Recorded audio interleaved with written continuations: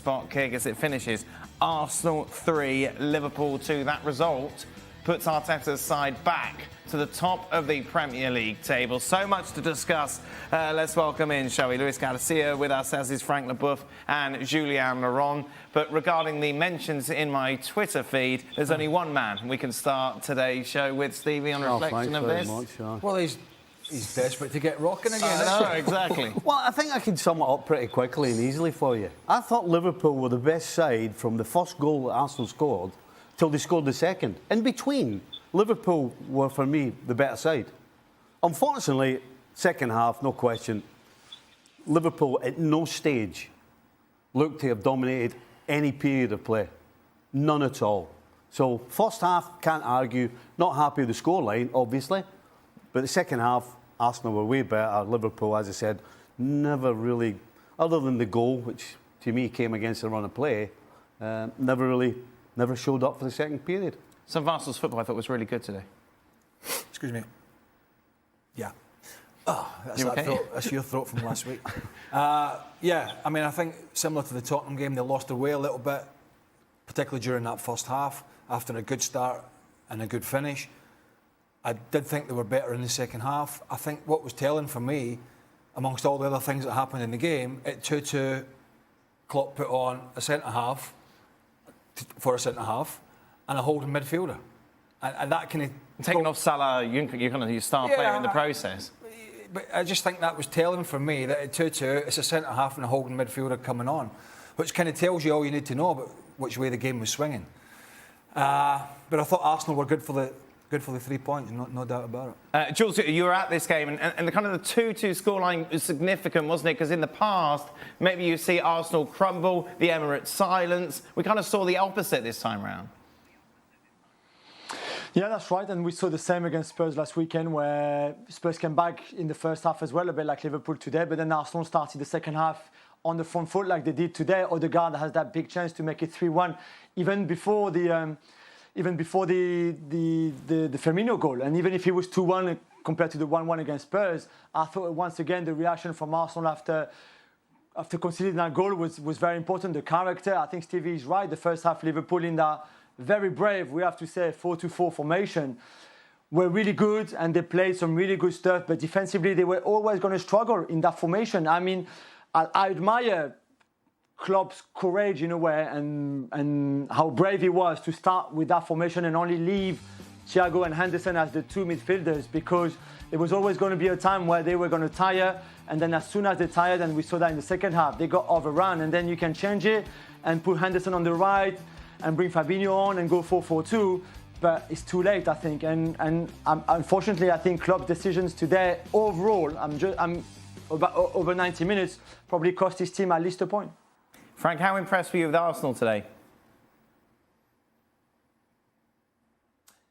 Very much in a term of confidence, because as everybody said, they were struggling the first half. They scored a good goal. I think Liverpool was quite arrogant at the last 2 minutes of the first half when they went out and with too many individuals, and they should have secured a little bit more, after that action that they had and the counter-attack and the goal that they conceded.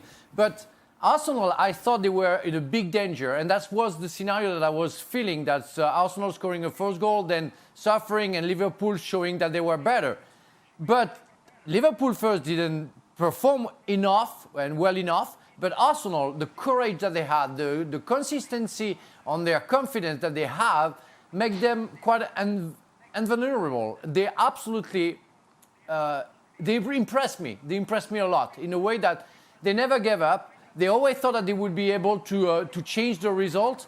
And after the Firmino equalizer, I thought, that's going to be difficult for them because the first half that they had. No, they became better because Firmino equalized.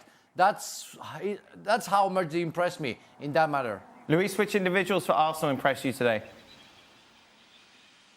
From Arsenal? Yes, you can talk about Arsenal, despite your Liverpool team. ways. Is that all right? It's all right. No, actually, I was going to give a lot of credit to Arsenal, because I enjoy the way this Arteta side is drilled I enjoy the commitment, the determination of this team. You could see even that they were struggling the first 45 minutes. They have an idea. They got fantastic wide players who are just ready to start running, and they are so dangerous. In the moment the Arsenal players from midfield, Saka, Partey, or White, I've seen it. Odegaard, he didn't get involved much. They just start making the runs on the spaces, and that's very difficult when you play with a high defense like Liverpool was playing today.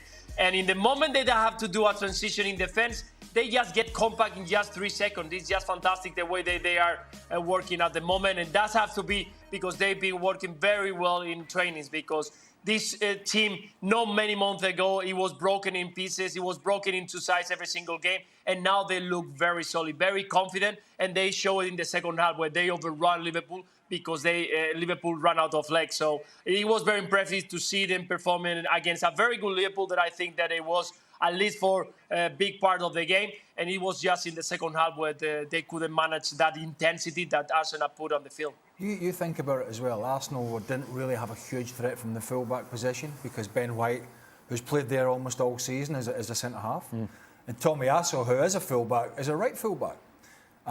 So whilst they got forward occasionally, I mean, White got forward a bit more, but they got nothing from the full-back position in terms of crosses into the box.